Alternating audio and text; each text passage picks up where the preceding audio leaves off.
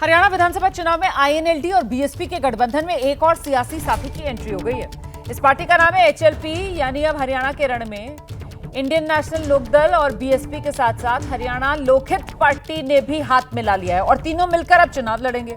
इस गठबंधन पर मोहर आईएनएलडी नेता अभय सिंह चौटाला और एचएलपी चीफ गोपाल कांडा की मुलाकात के बाद लगी और दोनों की ओर से सिरसा की 5 सीटों पर गठबंधन की जीत का दम भर दिया गया है। सुनिए जरा क्या कह रहे हैं गोपाल कांडा।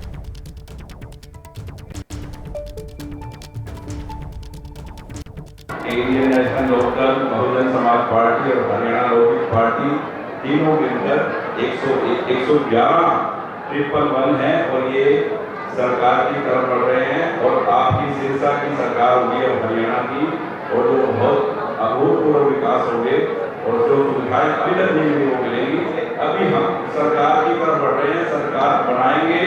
और अभय सिंह जी ने जब बोल दिया कि हम तीनों मिलकर इस सरकार की तरफ बढ़ रहे हैं, इस बात में कोई दोहराई नहीं होगी, क्योंकि लोगों ने सब पार्टियों को सबको देख लिया कि किसने क्या किया।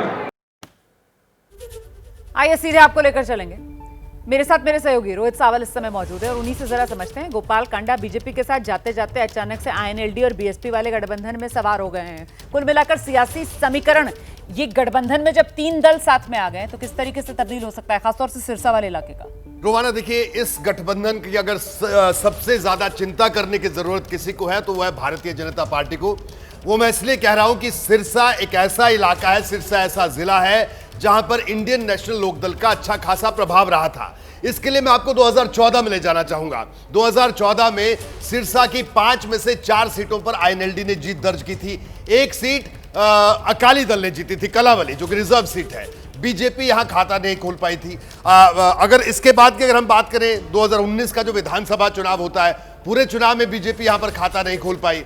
रानिया सीट से निर्दलीय प्रत्याशी जीते, सिरसा से गोपाल कांडा जीते अपने आप, अगर उनकी बात की जाए।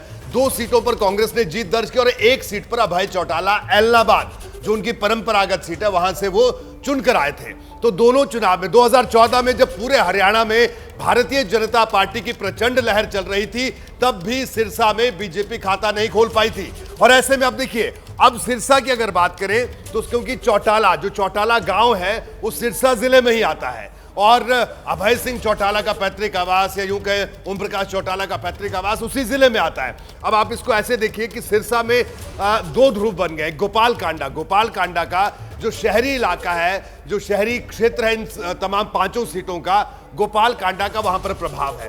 और बीएसपी पहले से साथ में है इंडियन नेशनल लोकदल के, और अभय सिंह चौटाला का एलनाबाद के अलावा डब्बाली उनके परिवार की सीट रही है।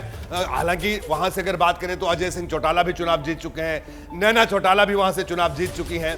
लेकिन अब स्थितियां बदली हुई हैं, जेजेपी भी अपने प्रत्याशी उतारेगी। लेकिन इतना तय है कि सिरसा में सीधे तौर पर यह कहा जाए, मैं रोमाना एक बात और आपको बताऊं कि हरियाणा में जो चुनाव है, पहले ऐसा दिख रहा था कि 2 पार्टियों में होगा, फिर एक तरफा होता हुआ दिखा, लेकिन अब बेहद दिलचस्प होता हुआ यह चुनाव दिख रहा है, क्योंकि एक सीट पर त्रिकोणीय मुकाबला कई सीटों पर यहां पर सिरसा में भी देखने को मिलेगा। यही तो महत्वपूर्ण बात है जो आप कह रहे हैं। दरअसल पहले जो आर पार का मामला लग रहा था, वो इतना आर पार अब हरियाणा होता हुआ नजर आ नहीं रहा है। खासतौर से जिस तरीके से आम आदमी पार्टी वो अलग चुनाव लड़ रही है, उधर जेजेपी और आजाद समाज पार्टी का गठबंधन हो गया है। अच्छा, एक गठबंधन ये वाला जिसमें अब गोपाल कांडा भी सवार हो गए हैं। तो वो जो आर पार वाला मामला था, अब अगर वो नहीं होगा और इस तरीके से ये अलग अलग गठबंधन अगर आगे आएंगे, तो फिर बीजेपी, जिसके लिए सिरसा आप कह रहे हैं हमेशा चुनौती बना ही रहा, और इस बार 19 के बाद 24 लोकसभा चुनाव में तो हमने देखा कैसे वो सिरसा वाली सीट बीजेपी से निकलकर कांग्रेस के खाते में चली गई। तो कुल मिलाकर यहां पर अगर इस तरीके के गठबंधन बनेंगे तो फिर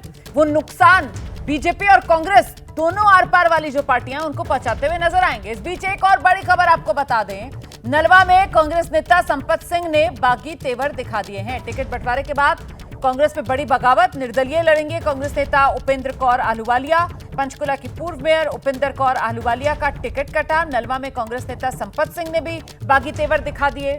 निर्दलीय नामांकन करेंगे पूर्व एमएलए ललित नगर। तो ये जो बगावत का बिगुल है, वो दोनों ही बड़े दलों के लिए इस समय मुश्किल पेश कर रहा है। एक तरफ बीजेपी और दूसरी तरफ कांग्रेस में भी बगावत के सुर हुए।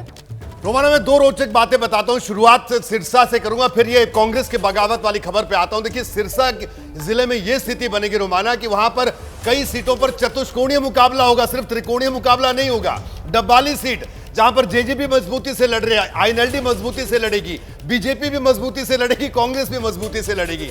ऐसे में पूरा सिरसा जिले की तमाम पांचों की पांचों सीटें फंसा हुआ चुनाव सीधे तौर पर। और कांग्रेस के लिए यह बहुत बुरी खबर है रोमाना, मैं आपको बताऊं, ये करीब करीब 9 ऐसी सीटें हैं जहां पर आज नामांकन का आखिरी दिन है। सीधे तौर पर बगावत सामने आई है। शारदा राठौर बड़ा जाना माना चेहरा है फरीदाबाद का, बल्लभगढ़ से चुनाव जीतती आई है, सीपीएस भी रही है हुड्डा सरकार में, उन्होंने चुनाव लड़ने की बात कह दी है। ललित नागर जो कि कांग्रेस के विधायक रहे हैं, जब 14 में बीजेपी की सरकार बनी वो चुनाव लड़ने की बात कर रहे हैं। निर्मल सिंह की बेटी चुनाव लड़ने की बात कर रही है। पंचकुला से कांग्रेस के मेयर चुनाव लड़ने की बात कर रहे हैं। और नलवा जिसका जिक्र आपने किया, हिसार की नलवा विधानसभा सीट, ये वो सीटें हैं रोमाना जिन सीटों को कांग्रेस ने जब हरियाणा में देवीलाल का न्याय युद्ध भी हुआ था तो उस जमाने में भी कांग्रेस जीतती आई। संपत सिंह बड़े पुराने नेता हैं, कांग्रेस आईएनएलडी में रहे, कांग्रेस में रहे, लेकिन इस बार कांग्रेस उनको टिकट देने से मना कर रही है। तो अगर संपत सिंह अकेले चुनाव लड़ते हैं तो कांग्रेस के लिए एक बड़ी चुनौती यहां पर भी होगी।